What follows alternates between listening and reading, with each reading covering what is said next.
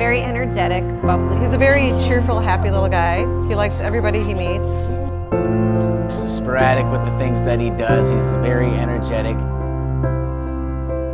Knowing that your child might not be able to speak is something so heart-wrenching.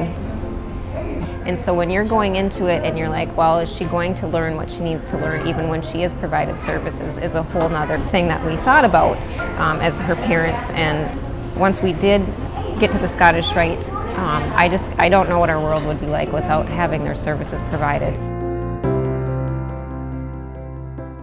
Verbal language and nonverbal language are the ways that we communicate in this world. So anytime that that's a struggle, they're going to have difficulties communicating with their family, with friends, with people in the community, and it causes frustration. And those frustration can come out in behaviors towards themselves, towards others, and missed opportunities to connect with people.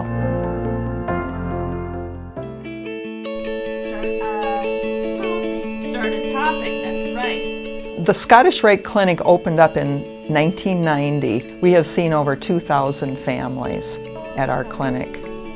Our goal is to remediate as many speech and language issues as we can for that age group of 0 to 9 for kids, and to really educate the parents so they become the advocate for their children and learn how to do what we do in therapy at home.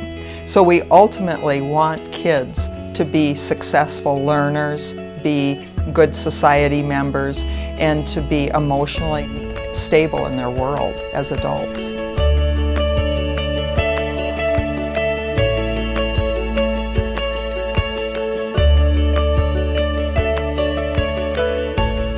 The impact that the Scottish Rite Clinic has on our community is huge. A lot of our families that come to the Scottish Rite Clinic really don't have any sources other than places they can maybe go to that cost too much money, or insurance must be provided and they don't have these things. So when they come to us, they really feel that we are a blessing in disguise. We're a place that they can come to. The need for these services are so huge, and they just feel like when they come here, it's a huge burden lifted. I think there is a really unique approach at the clinic in that the therapists and the staff embrace that individual's unique quirks, whatever they are, but they don't change the child. They just try to pull out that fullest potential in every child. Well, I've found that the play-based therapy has worked rather well for our family compared to the traditional approach. And I think play-based therapy creates a very clear purpose for the child and for parents and therapists who are involved in the process. Play is really what kids love to do, and kids respond to play. And so play is just the #1 aspect of therapy here, because we want to keep people happy, we want them to learn, and we want to have fun. Every week it's a different theme, so it's never the same, it's never redundant. There's always something new, or a new theme, farm theme, or spaceship, or airplane. If the clinic were to expand and to be able to provide more to families, I think it would touch a lot of families in a similar fashion as it did ours. There's a need for a new clinic here because we are growing immensely. We need a clinic that we can continue to grow and take in these clients. A clinic is truly needed when you look at our waiting list.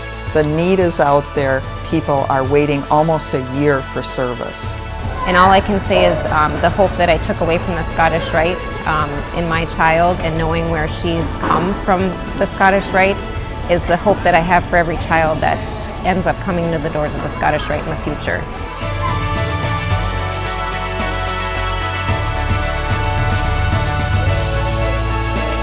To make this a reality for more families in our area is to raise more money and be able to expand with the Expanding Hope campaign.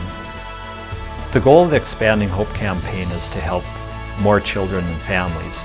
We do that by raising $6.9 million, $3.9 million for a new building that will allow us to help upwards of 200 children at one time, and $3 million for operations to provide those services and therapy to the families.